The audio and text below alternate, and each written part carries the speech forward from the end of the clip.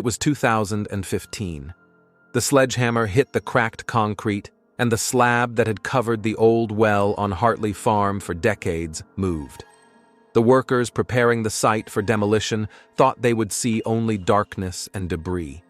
Instead, something glistened at the bottom in the light of a searchlight. At first, they didn't understand what they were seeing, and then someone screamed and pulled away from the edge. For a moment, there was silence, as if the earth itself was holding its breath. One of the men dropped his tools and ran to the truck to call the sheriff, wiping his sweat with trembling hands. The others stood frozen, not daring to say out loud what their brains were telling them. The well, which had been forgotten for decades, suddenly became a terrifying portal to a past that should have remained buried. 2010. It was a July afternoon in West Texas, and not even a shadow was in sight. The sun was so high that it seemed to bake the earth to a state of hot metal. The air was shivering over the asphalt, and even the dogs were lying under the fences with their tongues sticking out. 16-year-old Noah Reynolds was carrying his worn-out bicycle out of the garage while pulling his backpack over his shoulders. Inside was a bottle of water, a couple of candy bars, and a pocket flashlight. "I'm going to the canyon," he said to his mother, who was looking out the kitchen window. She just waved her hand. Her son did this all the time. The canyon was his favorite place, a few kilometers from the city, further along the line of mesquite thickets. There was a valley with cliffs and a dried-up stream bed, and a rusty windmill where local teenagers liked to take pictures. Noah came there not for company, but for silence. He liked to sit on the edge and watch the dust kicked up by the wind swirl over the plain like waves in the sea. He set off on his way, kicking up clouds of red dust behind him. At the crossroads, his friends saw him and called out to him, but he didn't stop. He wanted to be alone that day. The bike disappeared around a bend, and that was the last time anyone saw Noah alive. As the sun began to set, his mother grew nervous. Noah always came back for dinner. Soon she looked out a second time, then a third. The boy was gone. The smell of heated earth lingered in the air, and lights were already flashing in the windows of the neighbors. She dialed her husband. Noah's father, Robert, took a flashlight and got into his pickup truck. He drove down the road toward the canyon. The roadsides were empty. The wind was blowing the tumbleweeds, and only the monotonous creaking of the body was heard outside the windows. When Robert reached the cliff, he peered out into the darkness with his flashlight, but saw only chaotic glare of light on the rocks. No sun, no bike. Only the feeling that someone's shadow had just stood there and disappeared. When he returned home, his face was stony. "It's gone," he told his wife. By midnight, the neighbors were up. One brought another lantern, the other an old spotlight from a generator. They walked the streets, talked to each other, and went into the fields. One of the teenagers said he had seen Noah on the way to the canyon, but he couldn't remember anything else. The mother stood on the porch and waited, as if it depended on it whether her son would appear on the road. The hours dragged on unbearably long. In the darkness, dogs barked, someone slammed a gate, but all sounds were drowned in one thing, the depressing absence of Noah's voice. The search that night yielded nothing. Robert returned tired and empty-handed. The neighbors shook his shoulders and promised him that they would go again in the morning, but with more strength. The house plunged into an uneasy silence. Noah's bed remained empty. His mother sat on a chair by the window and listened to the clock ticking. In a few hours, the first rays of the sun would illuminate the canyon, and then the whole town would know. Noah Reynolds was gone. Dawn greeted the town with a heavy silence. The dust hadn't yet risen, but the heat already promised a day that would test everyone. When the first rays of the sun touched the red rocks of the canyon, people gathered near the road. Some came on their own, others were invited by neighbors. Some carried binoculars, others a canister of water, others old army lanterns. The search became a community effort. The police arrived shortly after 7 in the morning. 2 sheriff's deputies unfolded a map on the hood of a pickup truck and began to divide the area into squares. The canyon was huge and dangerous. Cliffs, bushes, narrow paths, ravines where even an adult could easily get lost. Now they had to find a teenager who had disappeared in this stone desert. The search dogs were nervous. They were given a sniff of Noah's belongings from home, and they rushed forward toward the canyon. The boy's father and mother stood next to each other, holding hands, trying not to show despair. For them, this moment was the last breath of hope. If the dogs continued on, then their son was somewhere here, alive. The column moved down the path. The sun was rising quickly, and within an hour the heat became unbearable. In the shade of the mesquite thickets, one could smell the heated earth, as if the whole desert was breathing hot air. People were shouting Noah's name, their voices echoing off the stone walls and returning deafeningly. Around noon, one of the groups came upon the find. At the foot of the cliff, under a bush, was Noah's bicycle. It had not been abandoned, but rather carefully placed, flat, without scratches, with the pedals stopped at the top. Next to it was a backpack. Inside was a bottle of water, an untouched candy bar, and a pocket flashlight. The things looked as if they had been left on purpose. For the police, this was the key argument. The guy walked on his own. There were no signs of a struggle, no traces of blood. The dog circled the site several times and then lost the scent on the stone plateau. Nothing remains where the dust is blown away by the wind. The sheriff gathered the volunteers and explained that the search had to be expanded. A helicopter with a thermal imager flew over the canyon but found nothing suspicious. Only hot stones and some bushes. From the air, it was clear how hopeless the area was. Every ravine, every crack could hide a person.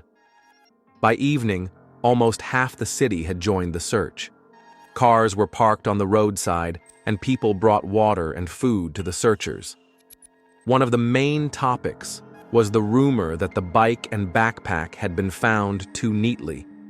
Some people whispered that it was a trap, that Noah could have been lured and taken away.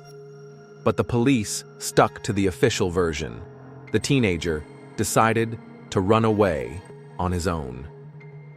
Noah's father argued with the sheriff's deputy right next to the car. He demanded more people, more searches, but heard only dry phrases about no signs of a crime. To the community, this sounded like a verdict. If the police didn't believe in kidnapping or assault, the case would quickly become a voluntary disappearance. Meanwhile, it was getting dark in the canyon. The volunteers returned tired, with dusty faces. They combed through dozens of ravines, but never found anything but a bicycle and a backpack. Only endless coyote tracks and tumbleweeds rolling down the valley. Panic gripped the town. The children were afraid to go outside, and their parents wouldn't even let them go to the store. Candles appeared near the Reynolds house. Some brought photos of Noah, others brought flowers. The atmosphere was becoming like a spontaneous street tribute, although everyone was still hoping for a miracle. The nightly news showed a story. A camera was filming the canyon from a helicopter, and the announcer spoke of the mysterious disappearance of a 16-year-old boy. But for those who knew Noah personally, it was not a sensation, but a tragedy. The search continued until the morning of the second day, but there was no result. The traces ended where the bike had been standing. Then there were only stones and silence. This day was the beginning of many years of uncertainty. The family was left alone with pain, the community with rumors, and the police with an empty official version. On the morning of the second day after the large-scale search, the sheriff called a short briefing at the station. On the hood of a pickup truck, was a map with the sectors that had already been searched. Several journalists from a local TV station, Noah's parents, and volunteers stood nearby. The sheriff spoke in a steady voice. There are no signs of a violent crime. The boy's belongings were found in order. There is reason to believe that he could have left the area voluntarily. These words sounded like a lid closing a chest. For the police, this meant a shift in emphasis, from searching for a missing person to controlling a possible, unauthorized departure. A new entry appeared in the official documentation: possible escape. A mark that triggers a different algorithm: less aviation, fewer trips, more waiting for signals from other cities and states. The investigator reported a minimum of digital clues: no suspicious messages on Noah's phone, no activated bank card, no hints of preparation for escape on social media. But this lack of evidence did not argue against the sheriff's version of the story. Quite the opposite. If the teenager wanted to disappear, he could have prepared without the internet, the deputy commented dryly. Noah's mother reacted immediately. She stepped up to the microphone, her voice trembling. Her son was not running away. He had plans for the summer. He promised to help his father repair the barn. He had a list of books for the new school curriculum on his desk. She asked us not to stop actively searching, asked us to go through the riverbed, gullies, ravines behind the canyon again, to check unfinished buildings and abandoned trailers in the neighborhood. She was supported by several neighbors, but the police officers' faces showed fatigue. The first critical 48 hours had passed and there were no concrete leads. On the same day, office procedures began. The station secretary sent notifications to the neighboring districts, sent out a photo, a brief note, and a description of the bike. Leaflets appeared on the bulletin board in the city: Noah's portrait, height and weight, and his latest clothes. The first wave of calls to the hotline brought chaos. Someone allegedly saw the boy at a gas station a few dozen kilometers away.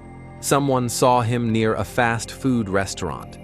Each report was checked, and each ended in nothing. Surveillance cameras showed similar teenagers, but not him. The school counselor gave an official report. There were minimal disciplinary problems. Academic problems were within the normal range, and no social conflicts were recorded. His friends said the same thing during interrogations. Noah loved the canyon, loved to ride, loved to be alone, but did not talk about wanting to escape. One of the boys mentioned that they had planned to go fishing at the pond that week. Another showed a text message where they had agreed to see a movie on the weekend. These data did not fit the voluntary escape, but the protocol stipulates that in the absence of violent signs and direct threats to life, the proceedings enter the passive monitoring phase. Media interest faded quickly. The first report was headlined "The Mysterious Disappearance of a Teenager," and the second was neutralized. When news of a storm and flooding in another county appeared in the third week's edition, the story about Noah faded into the background. TV crews came less frequently, and the newspaper reduced the column to a small block with the department's phone number. For the family, it was like an erasure. Yesterday, live broadcasts and search parties. Today, silence. Robert, Noah's father, didn't want to accept the protocols. He walked the same trail to the canyon once again, stopping where the bike and backpack were found. Over and over again, he checked the bushes, peered into the cracks between the limestone slabs, and removed small stones as if there was a trail somewhere under them. Each time he returned home with dust on his hands and silence in his eyes. His mother would paste new postcards over the faded ones. They kept the door open late into the night, a habit that had the power of ritual. The sheriff, meanwhile, summarized the interim results, and people often gathered under this window to ask if there was any news. He had the same explanation. We have done everything possible within the available resources. We are monitoring reports from other cities. If something substantial appears, we will resume the active phase. As he said this, he usually looked at the folder with the diagrams from the first day, the one with the red marker outlining the sector of the canyon where the boys' belongings were found. On the 4th week after the disappearance, the department received another instruction to update the status in the state database. The forms were filled out clearly. Date of disappearance in words, place, signs, a note about possible escape. In the risks column, there was a formal minimal, and in the recommendations column, waiting for contacts. This set of lines, which was routine for the office, meant one thing to the family. The official car had pulled away. The community experienced a turning point. For the first 2 weeks, people came out in groups, bringing lanterns and water. On the 3rd week, there was talk of the futility of new comb marches. If he's not in the canyon, he's gone. On the 4th week, the topics in stores and at gas stations changed. However, there were those who did not give up. A pastor organized a short prayer every Sunday. A history teacher organized a small meeting in the gym for volunteers. A former hunter guard offered to go another long distance beyond the canyon. But without the support of the department, such initiatives quickly faded away. A private investigator hired by the family for a short time went through the houses on the outskirts, checked out several abandoned trailers, and asked questions at gas stations along the highway. His report looked honest and sober. No witnesses, few cameras, and the distance and terrain provide a reliable backdrop for an unwitnessed disappearance. A separate note was made about the bicycle and backpack. The situation is surprisingly neat. This is either a gesture of a conscious person or a staged placement. The note did not become official evidence. It remained in the police files as an appendix without a conclusion. The department's budget, as always in small counties, was limited. The sheriff did not hide the fact that there was no money for the new helicopter. The canine team had returned to full-time work, and the reserve patrols had been disbanded. To resume a major search, you need a reason. In small towns, the grounds almost always amount to one thing. The risk to life has been confirmed. In Noah's case, there was no official confirmation. Later, the school removed posters with his face from the walls. The principal explained that the deadline had passed and the timetable had to be posted in the corridors. The photo was moved to a board near the library, a place that was less frequented. A small table with a candle and a notebook appeared there, where short notes were written. "Come back. We remember. We'll go fishing again." The notebook quickly filled up and stopped being updated. In the fall, the family asked the county office to review the status of the case. The response was formal. At this stage, there are no sufficient grounds for reclassification. This meant that the case remained in the no criminal component section. In everyday terms, it was frozen. Months passed in this way. Time smoothed out the screams of the first days and stretched the unknown into a colorless strip. Each new month had several identical moments.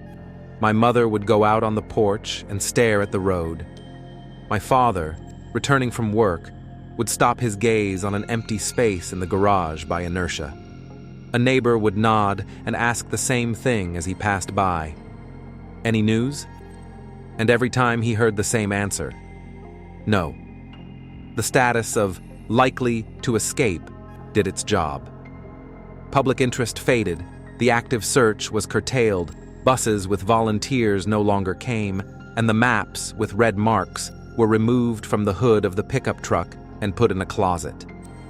For some in the city, the story was over the boy wanted to disappear. For the family, every day remained the same as the first day he did not return home. This day was the beginning of many years of uncertainty. The family was left alone with pain, the community with rumors, and the police with an empty official version. The first year passed under a sign of hope. The family kept the door open late, a folder with volunteers' phone numbers on the table, and an extra portion of dinner in the fridge in case they returned late. Every Saturday, they drove around the roadsides and forest edges, stopping at an abandoned descent, looking through the bushes along the old dirt road. The town was still talking about the disappearance. The priest would mention the boy's name on Sunday, and the local television station would call them to the studio. All of this kept us on our toes, gave us a sense of movement, even when there was no movement. The second year was different. The postcards with his face pasted on the windows faded to pale spots, ripped off by the rains, and replaced by shopkeepers with sales posters. Television reporters stopped calling. At Noah's school, the graduation ceremony was held without him. The class teacher allowed him to put a small name tag on the class photo, but the picture shows only an empty space between the two boys. On social media, Noah's page turned into a wall of silent remembered today posts, dated less and less frequently. The community got used to the new silence. Some said, "He's gone." Others shrugged when his parents brought fresh postcards. The third year was marked by proceduralism. The family turned to several national projects to search for missing persons, filled out questionnaires, collected medical records, childhood vaccination records, and copies of school photos. A private detective came to visit. He calmly and conscientiously walked through the houses on the outskirts, talked to gas station clerks, and checked out several abandoned trailers along the highway. His report included maps of the combing squares, lists of locations checked, and a conclusion without a conclusion. No concrete clues. My father would reread the report in the evenings, looking for even a hint of a gap between the lines, and each time he would return the folder to the shelf, like a thing that he couldn't throw away but had nowhere to put it. The fourth year was the hardest, because even my memory began to adjust to the emptiness. They kept the room as it was, a t-shirt on the back of a chair, a notebook with bicycle tracks drawn on it, small nuts, and a screwdriver on the windowsill that Noah used to tighten brake pads. His mother dusted off the painting, but did not rearrange things so as not to mess up the picture. On the kitchen counter, a magnet held a sheet of paper with short plans scribbled in the boy's hand. Change camera, water, book. The note was fading, but it was never removed.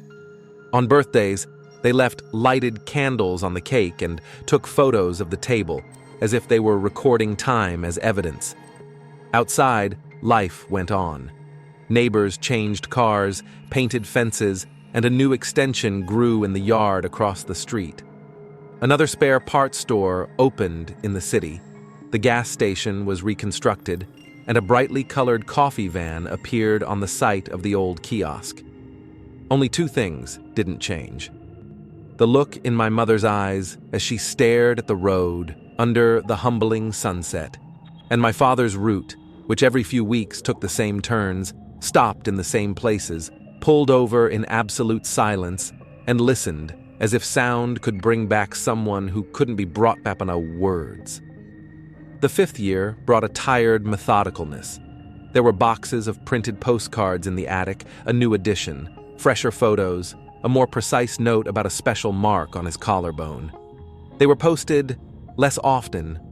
The further away from the date of disappearance, the colder the faces of the people who took the sheet and nodded out of politeness. The family learned how to make requests to the department's archive and receive formal answers with the same wording. No updates. They wrote a few more letters to the hosts of programs about the disappeared, received 2 polite refusals, and 1 hope for a possible story in the next season. The next season never came. The city formed its own short legends. For some, it was a story about a guy who just left. For others, it was a story about dangerous terrain and foolish self-confidence. Some people talked about random fellow travelers on the highway, others about the wrong companies. None of the versions contained anything concrete. They only filled an emptiness that was hard to bear. Over time, the rumors became not louder, but fainter, like the ant noise of a closed room. The family's annual calendar took on rituals.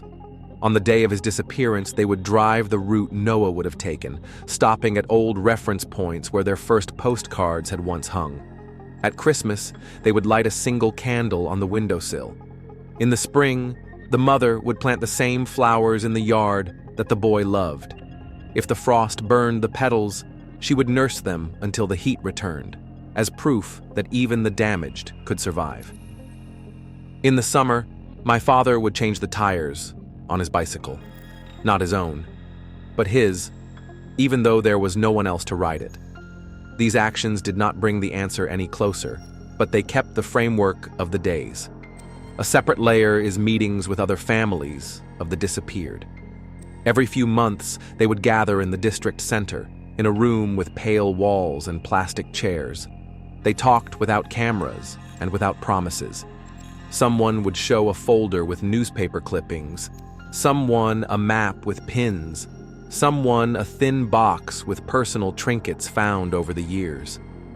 The conversation always revolved around one axis: how to live when every tire noise on the road is a possibility, and every unknown number on the phone is also a possibility, and what to do with time that has no direction or meaning.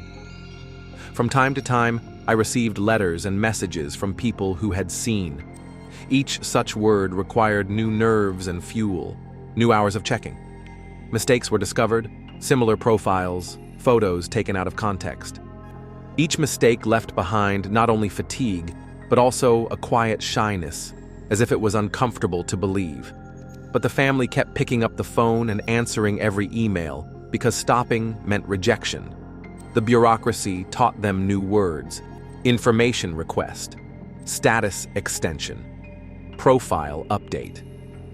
They learned to ask again when the answer was insufficient data, and to understand that this was not a decision, but simply inertia. And yet every time they went to the same department where the shift changed, but the sign on the door remained the same. On the shelves in the office, the drawers with the archives stood straight, with the same dust in the corners. Their case was somewhere in the middle, between other people's stories.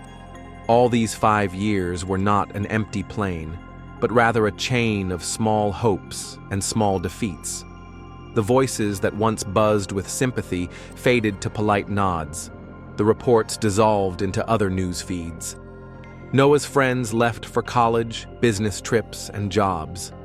Only 2 points remained the same: the room where things waited for their owner as their memory waited for them, and the road that his father could drive with his eyes closed, because he knew every curve, every stone, every point of silence. Year after year passed, and no answer came. In the house, we learned to speak briefly, to weigh our words, not to promise ourselves too much. In the kitchen, next to the magnet, there was a single note, not a note, but rather an agreement. Do not take pictures. Its meaning had long since gone beyond a piece of paper with notes. It meant not to give up, not to let time become an official end. That's how their 5 years went on, dense, heavy, almost silent. And each new dawn began with the same thing: another attempt to live through the day in a country where there is no answer. 2015. The summer in West Texas was stifling and dusty. The sun scorched the earth so that clods of clay cracked underfoot. A crew of workers gathered at the abandoned Hartley farm. The new owner had bought the land and intended to clear it of ruins to prepare the ground for future solar panels. The old farmstead had long been abandoned: skewed barns, rusty metal tanks, a broken windmill, and weedy yards. The first task was to demolish the remains of the buildings and check the area for dangerous pits or old mines. In the center of the yard was a bricked-up well covered with a thick concrete slab. Most of the locals had forgotten that it existed. It was closed in the 90s because the water had dried up. Over time, the well turned into an inconspicuous hill covered with weeds. The foreman decided to clear this area as well. If we use heavy machinery, the slab might fall through. The men took sledgehammers and crowbars. The concrete was old and cracked, but it held firm. Blow after blow broke off pieces. Stones fell into the darkness of the mine with a dull echo. The workers worked from morning until noon, drenched in sweat. Finally, one of the slabs moved. When it was rolled aside, a black hole opened. It was cold and smelled musty. At first, they thought it was just garbage, and old water inside. One of the workers picked up a searchlight and shone it down. The beam slid across the stone walls and stopped on something that glistened. Metal? One muttered. The other leaned closer. What lay at the bottom didn't look like tin or debris. Unnatural shapes, whitish and brittle, were visible in the light. For a moment, everyone froze, trying to find an explanation. Then someone shrieked and pulled away from the edge. The silence lasted for several seconds. Then the foreman gritted his teeth. "Move away, don't touch it." The tools were left at the edge. Someone ran to the truck to call the police. 2 sheriff's deputies arrived at the farm first. They examined the hole and shone their powerful flashlights down. Anxious looks were replaced by short commands. The territory was fenced off with tape, and no outsiders were allowed in the yard. Half an hour later, more cars arrived, and several service vehicles were already parked around the well. The town learned about the incident that evening. Rumors spread faster than official reports. Some said that old bones were found in the mine, others that there was a whole grave. Groups of people gathered in the city center, discussing the same thing. The name came up quickly. Everyone remembered the story from 5 years ago. A teenager who disappeared after returning from the canyon. Noah Reynolds' parents were called to the station. They sat in the sheriff's office, listening to fragments of phrases: official identification required, found in a well, don't jump to conclusions. But the deputies' eyes showed something else. They had already guessed whose remains were underground. The body had not yet been removed. They were waiting for a specialized team.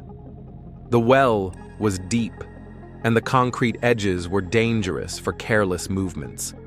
They had to work carefully so as not to destroy anything. While it was getting dark in the city, the farm had floodlights on. People could see them from afar, like a bizarre fire over the wasteland.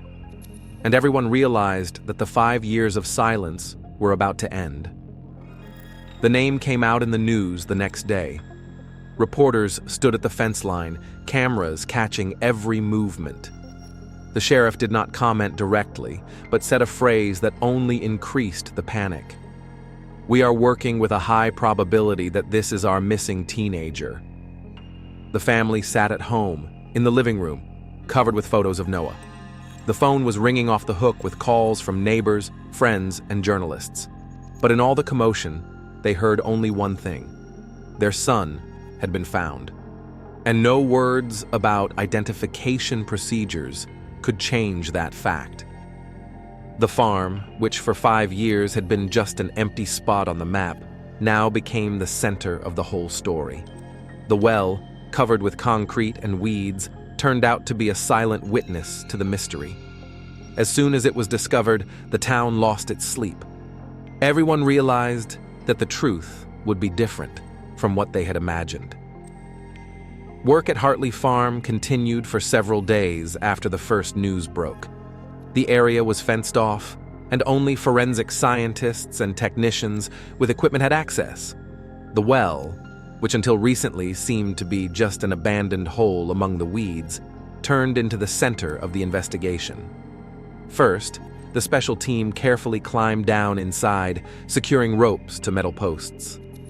The walls of the well were crumbling with stones, echoing with a dull rumble below. At the bottom was a chaotic collection of bones, tissue, and debris. Everything was covered with a thick layer of dust and debris that had been there for years. The work was slow. Every centimeter was photographed, recorded, and documented. Everything was done so that nothing would lose its significance. Some of the finds were lifted in buckets, others in special containers.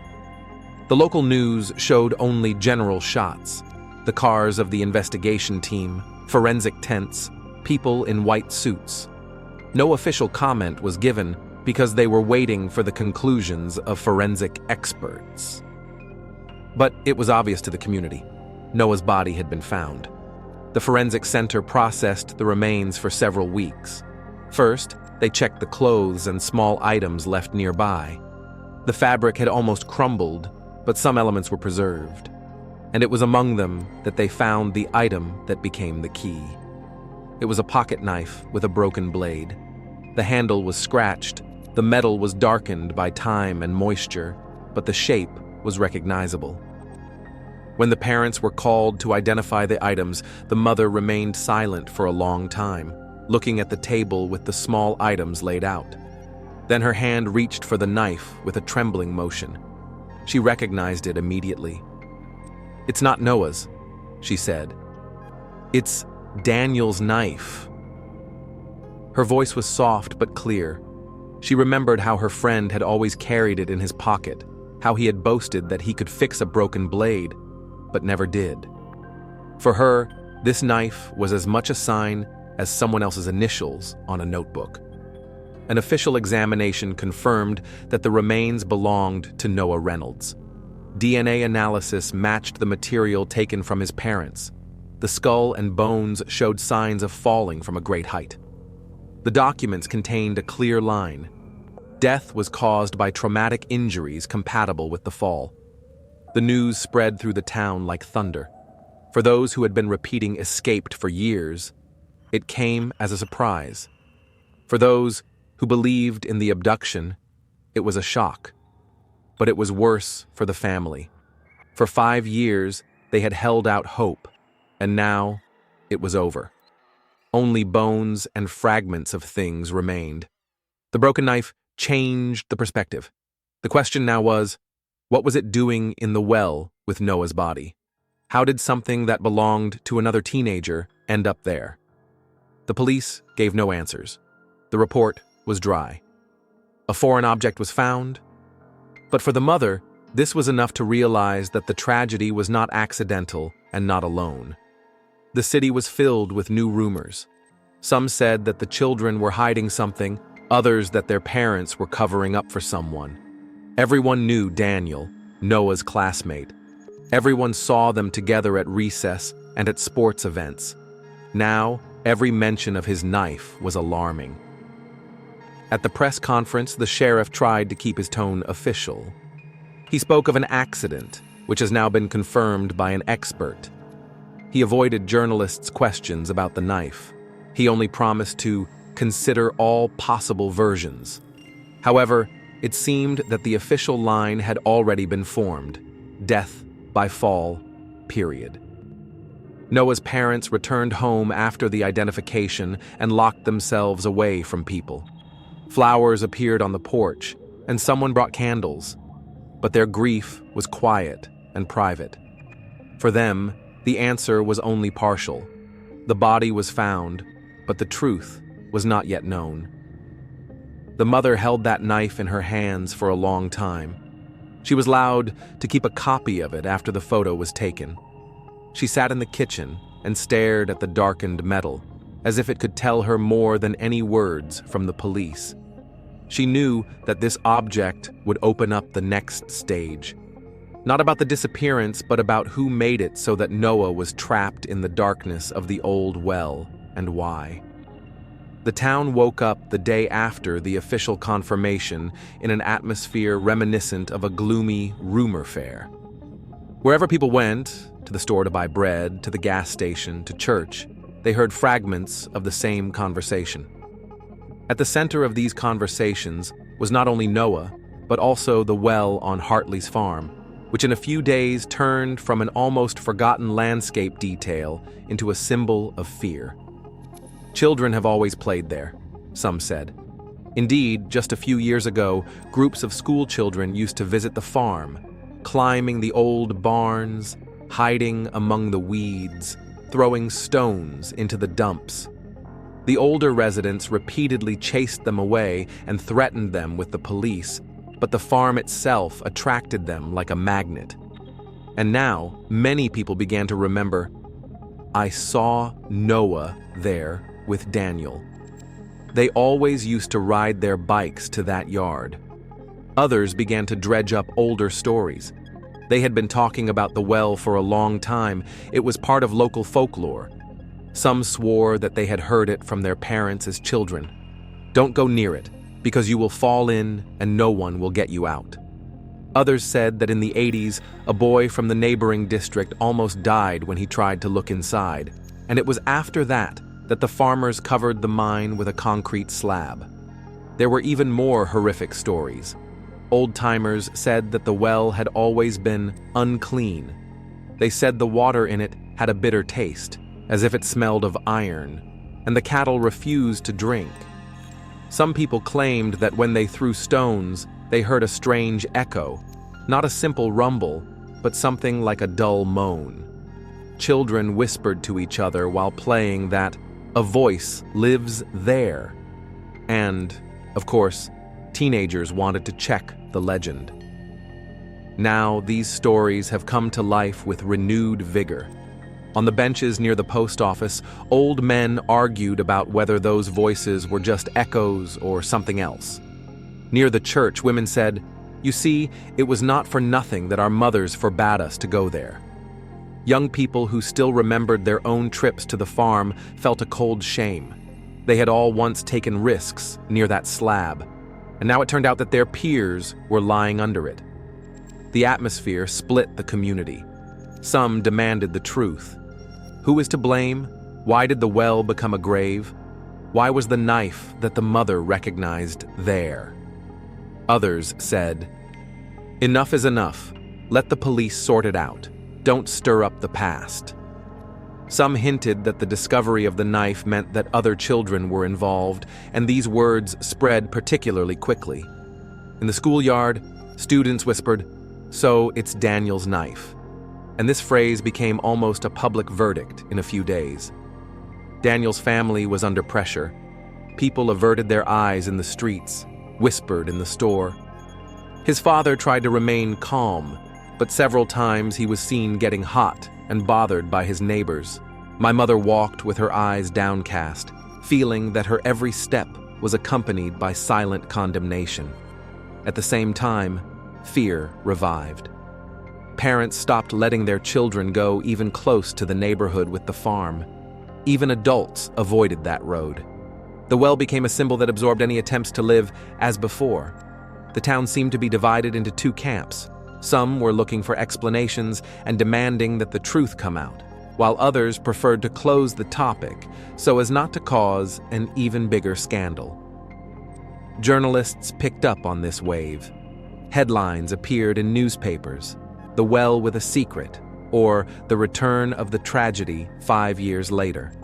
Television showed archival footage from the first search for Noah, alongside current images of the farm where police tents now stood. For the outside world, it was a sensation. For the town, it was a new wound.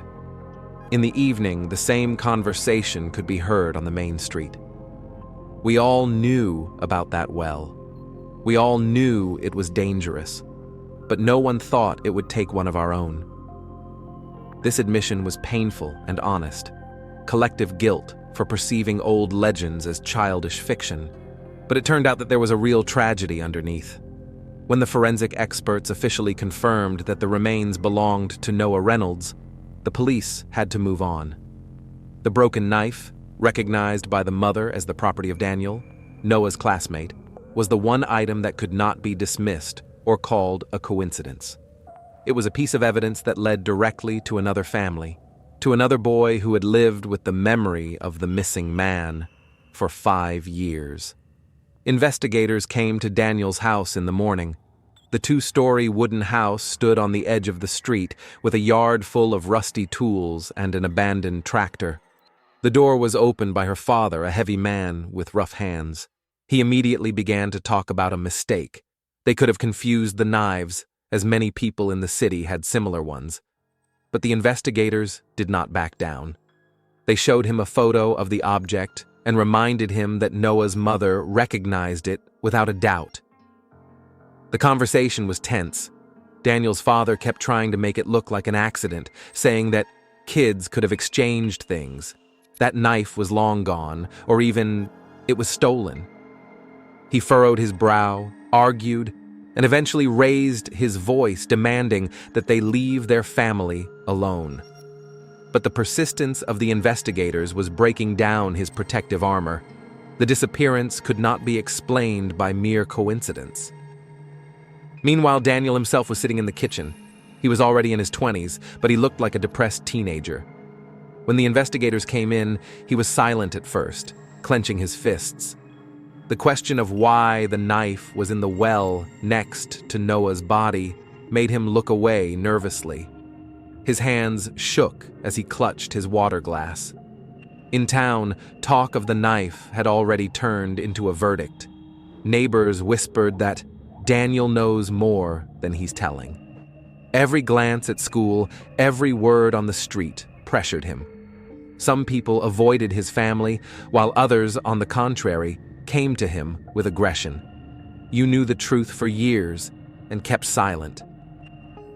The pressure grew not only from the police but also from the community. The investigators realized that it would take time to break down this wall. They came again and again, repeating the same questions. Why was the knife there? When was it last seen? Was Daniel with Noah that day? Each new meeting exhausted the boy even more. The father tried to intervene, shielding his son, answering instead, but the investigators insisted on a direct conversation.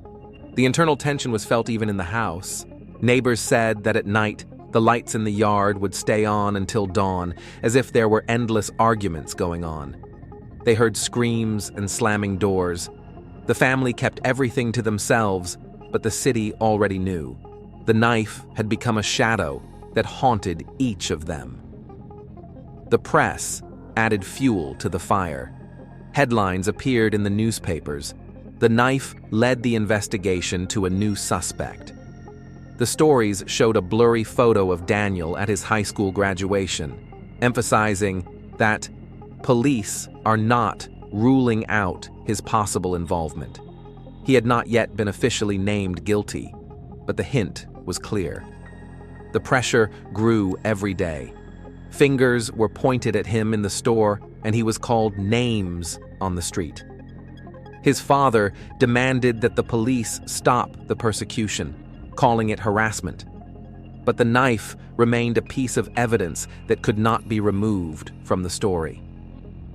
Investigators prepared an interrogation at the police station. They intended to record everything officially, without emotion, on the record. They knew that under the weight of the evidence and public pressure, Daniel would not be able to keep silent for long. He had been keeping the story to himself for 5 years, but now it was coming at him from all sides, from the community, the police, and even from his own home. Although official comments remained cautious, all possible leads are being considered. There was less and less doubt in the town. Everyone was waiting for the moment when Daniel would say what everyone else had long felt, that the truth about Noah's fall into the well had been known from the beginning. The station was silent, broken only by the sound of the air conditioner. Daniel sat in a hard chair, hands in his hoodie pockets, eyes darting over the wall. In front of him was a photo of a broken knife. The investigators were in no hurry. They knew that sometimes pressure doesn't require shouting. Silence and one object that cannot be explained are enough. The guy held on for several days. He said that the knife could have gotten to Noah by accident, that he had lost it long ago, but everyone could see that his words were empty. Under pressure from the community, journalists, even his classmates who began to avoid him, he slowly broke down. The feeling of isolation grew, and when the investigators left him alone for a few minutes in a room with a recorder, he finally spoke. His voice was quiet and fragmented. He said that on that day, in the summer of 2010, he, Noah, and a few other boys had gathered at Hartley's farm. It was a place where children ran to in spite of all the prohibitions. The old barn seemed to them almost like a fortress, the weeds like a jungle, and the well like a challenge. They would get close, throw stones, and listen to the echoing sound. It was dangerous, but it was the danger that attracted them. Noah, as always, was confident. He got too close, stepped to the edge to peer in. The stone under his foot moved. The next moment, it disappeared. At first, he could only hear scraping and screaming, and then a thud somewhere below. The children were frozen. "We didn't know what to do," Daniel repeated. "We were all scared." Someone started crying. I couldn't believe it had happened either. They stood at the edge, looking into the darkness, but no one dared to go down.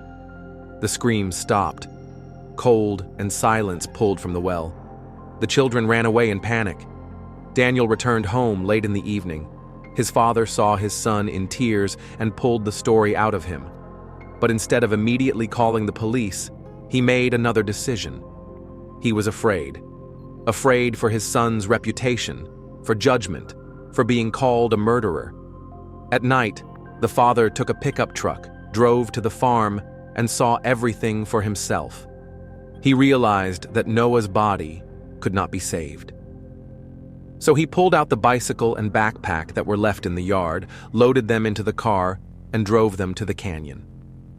There, he put them in a place where everyone would believe Noah had gone there and disappeared. And then he returned to the farm with bags of cement. The well was filled with concrete and covered with a slab. He said it was the only way to protect me. Daniel was wheezing, speaking in fragments. I was silent because he made me silent. He said if I opened up, I would go to jail. I saw him working that night, bricking everything up like he was burying our secret. And I lived with it all these years. His words sounded like a sentence not only to him, but to the whole family. Because now everything became clear. The tragedy was an accident, but the cover-up made it a crime. That concrete became a symbol of the fear of an adult who decided that a lie was better than the truth. When the confession was recorded, the investigators left the room with stony faces. They knew that they now had a story that explained the knife, the things in the canyon, and the concrete slab. But the explanation was more horrifying than any of their guesses. Childish play, an accidental fall, and a conspiracy of silence. Daniel sat with his head down. He was in his early 20s, but he looked like he had lived in fear for decades. He kept repeating the same thing. I didn't want to. We all didn't mean to. It was an accident. But words did not change anything. In the evening, the news was broadcast. Reporters talked about a confession to a tragedy that had been going on for 5 years. A wave of excitement rose in the city again. Some shouted for justice. Others felt sorry for the boy because he had also become a victim of his own father. But everyone agreed. The secret of the well was no longer a secret. The case was quickly transferred to the district prosecutor's office. Daniel's confession and technical verification of the facts were followed by an official classification. Noah Reynolds' death was a tragic accident, compatible with falling into the mine shaft of an abandoned well. This line appeared in a document that the family read in silence. It contained no emotion and no room for hope. Other lines followed, about hiding the body, misleading the investigation, destroying or distorting evidence. These items did not mention Noah's name, but the name of Daniel's father. The trial was scheduled for early fall. The courtroom was small, with old benches and the smell of polish. At the first hearing, the prosecutor briefly outlined the chronology. The fall, the children's panic, the adults' nighttime actions, The transfer of the bike and backpack to the canyon, the cement, the slab. Evidence was shown in turn. A photo of the well after it was opened, bags of cement dust taken from the defendant's storage room, prints on the shovel that matched his tool. The recording of Daniel's testimony was admitted without demonstrative drama, just as a file where the investigator's calm voice asks and the young man's broken voice answers. The defense did not deny the main point. The lawyer spoke about the despair, fear, and mistake of the father who, seeing the tragedy, chose the wrong path. He emphasized that there was no intent to kill. Death occurred instantly, and further actions were caused by the desire to protect the child from public condemnation. These words sounded even and legal, but in the hall, their meaning was felt as cold. Noah's parents were sitting on the public bench.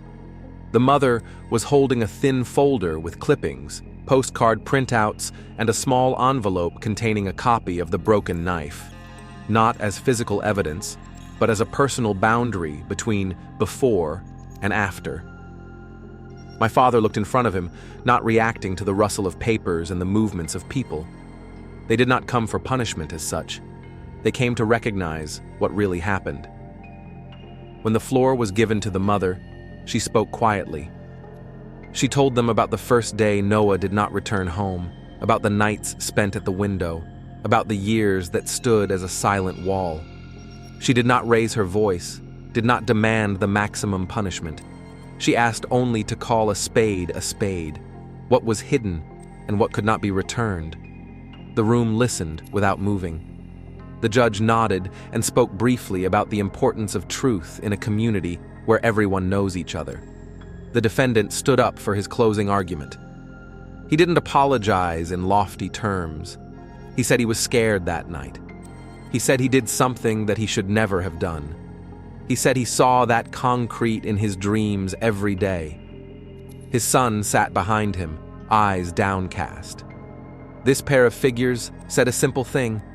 The wrong decision of an adult became a burden for two families, the one that lost a child and the one that lost the opportunity to live without lies.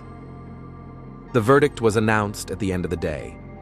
The court recognized the death as an accident and the actions of the accused as unlawful concealment and misleading the investigation. He was sentenced to a term of restraint of liberty and compulsory community service, a fine, and compensation for the costs of years of searching. For some, it sounded lenient. For others, it was fair. No verdict could change the main thing. The time that passed between the fall and the truth could not be returned. After the trial, the town looked each other in the eye differently. Some avoided the topic. Others said that it's finally known. And some said that now they would have to change their lifestyle, put up fences around old facilities, and not leave dangerous places unattended. The county deputies voted in favor of a program to inspect abandoned mines and wells. On paper, it looked like an administrative item, but for the residents, it was part of their redemption. The well on Hartley's farm was covered with earth. Before that, forensic experts went through the mine again to the very bottom, removing everything that had at least theoretical value. Then a tractor arrived, brought in soil, and leveled the site. There was nothing remarkable left where the slab once stood, just a circle of fresh earth that would eventually grow overgrown with grass. There was no plaque. Noah's family did not ask for a memorial there. They didn't want this place to become a place of pilgrimage for rumors.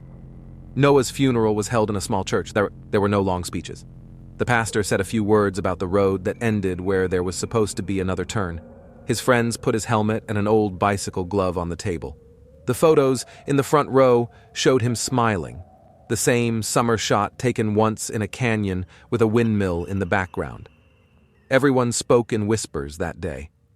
After the service, people stood on the stairs and were silent because words were few and far between, and all seemed dishonest. Daniel did not come. He sent a letter. There were no excuses in it, just a few sentences about how he had learned the line between fear and truth too late. The letter was handed over to my mother. She read it and put it in the same folder as the clippings, postcards, and a copy of the knife. In her hands, these were not documents. They were the order of things that now had a name. Life returned to its everyday routine slowly, without visible gestures. A new pavilion at the market was opened in the city, and a new class was enrolled at school. A single photo was left on the blackboard near the library, not as a call, but as a memory. A short 2-line sheet was attached next to it. Name, date of disappearance in words, date of farewell in words. This was how the town recorded what did not fit into the regular calendar. The family learned to live with the answer. Only one thing was removed from Noah's room: his backpack. It was put in the closet with the zipper closed. A pencil and a sheet of paper with an old list of small things remained on the table. My father stopped driving the same route every week. Now he did it less often and without the tension that made him read every stone. My mother returned the magnet with the word "Do not remove" to the refrigerator and took out another one with a short note, "Cherish." It wasn't about things, it was about memory, which doesn't need to be adjusted to news and dates. The story did not disappear. It was recalled carefully, without too many details. It became part of the local rules, fencing off dangerous places, not joking with abandoned objects, not hushing up what requires the truth. For some, this seemed like a trifle. For others, it was the only practical consequence of the tragedy. In cities like this, big conclusions are rarely spoken aloud. They become part of habits. Did the truth bring peace? The answer was simple and honest. No. It did not bring back someone who had been hanging in the memory as an open question for 5 years. It did not heal the gap between what should have been and what happened. She only put things in their place and removed the concrete from the road, under which rumors, fear, and lies lay. For some people, this sounds like a relief. For others, it sounds like pure cold. When it rained for the first time in the fall, the ground at the site of the former well sagged a little. The tractor came again, brought up the soil and leveled it. People walked by and did not look, not because they had forgotten, because they had other places to keep their memories, photos in the house, short names on lists, things that didn't need to be explained. This is how the main conclusion of this story was preserved in the town. The truth does not turn back, but it ends a road that cannot go on forever. The well was covered with earth. The story was not.